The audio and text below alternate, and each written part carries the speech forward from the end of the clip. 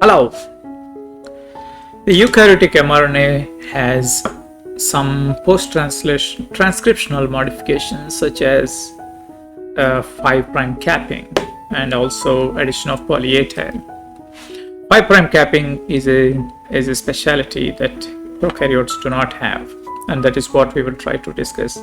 The enzymes involved and what it means by 5' to 5' linkage. Let's check it out.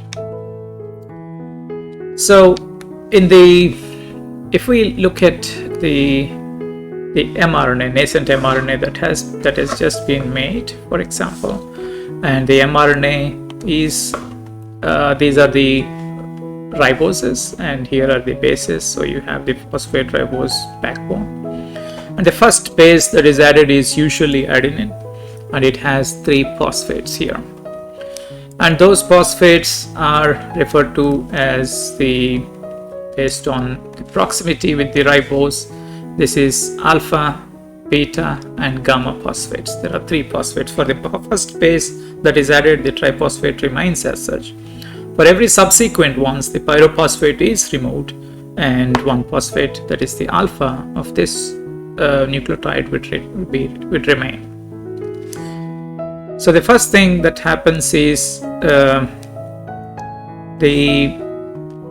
is an enzyme called as RNA triphosphatase. The word says triphosphatase, which means it breaks up one of the phosphate from the triphosphate. And here what it does is it removes the gamma phosphate. So now we are on the 5' side of the mRNA that is the newly being made. We are left with 2 phosphates, that is alpha phosphate and beta phosphate. So the next enzyme that works on is called as guanylyl transferase. Guanylyl transferase, we say that because it's a nucleotide and not just guanine. If we say guanine transferase, it would have meant only the base, that is nitrogenous base, is being added.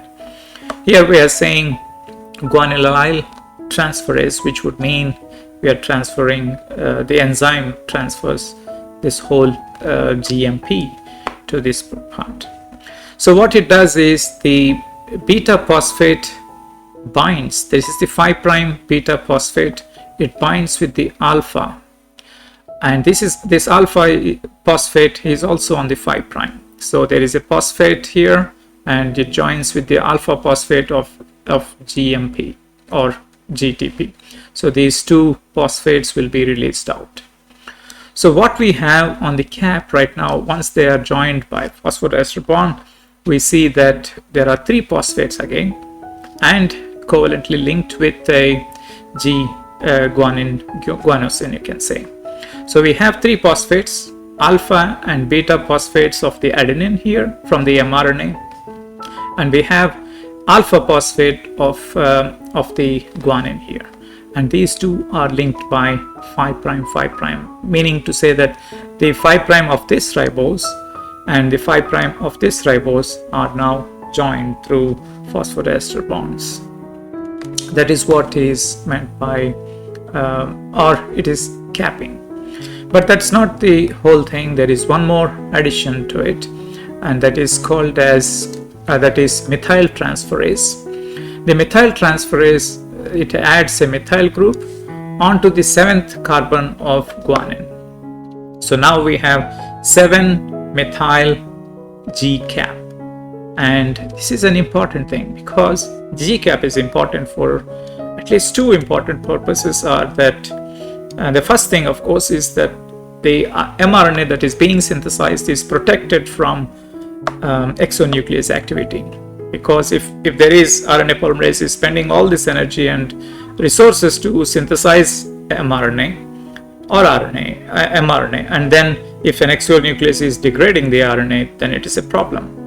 So there should be a protection, and that protection is conferred by this G cap or 7-methyl guanine cap, and that prevents any exonucleases from attacking on the mRNA.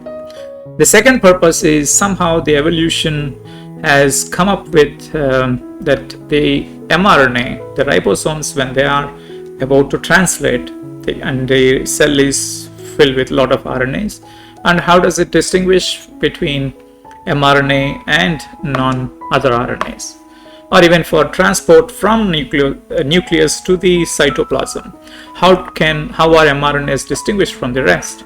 And one of the important ways is by identifying the GCAP. That will serve as another purpose. During translation, two initiation factors recognize the GCAP, and then initiation of translation occurs. So the important parts or the things that happen here is RNA triphosphatase removes the gamma phosphate from the mRNA, a 5' side of the mRNA. Guanylyl transferase transfers the GMP, you can consider right now, to the which will bind to the 5' end of the mRNA, and then that is followed by methyl transferase and transfer of methyl group to the GCAP. I hope you appreciated the chemistry and the enzymology of how the 5' capping is done. See you later. Thank you.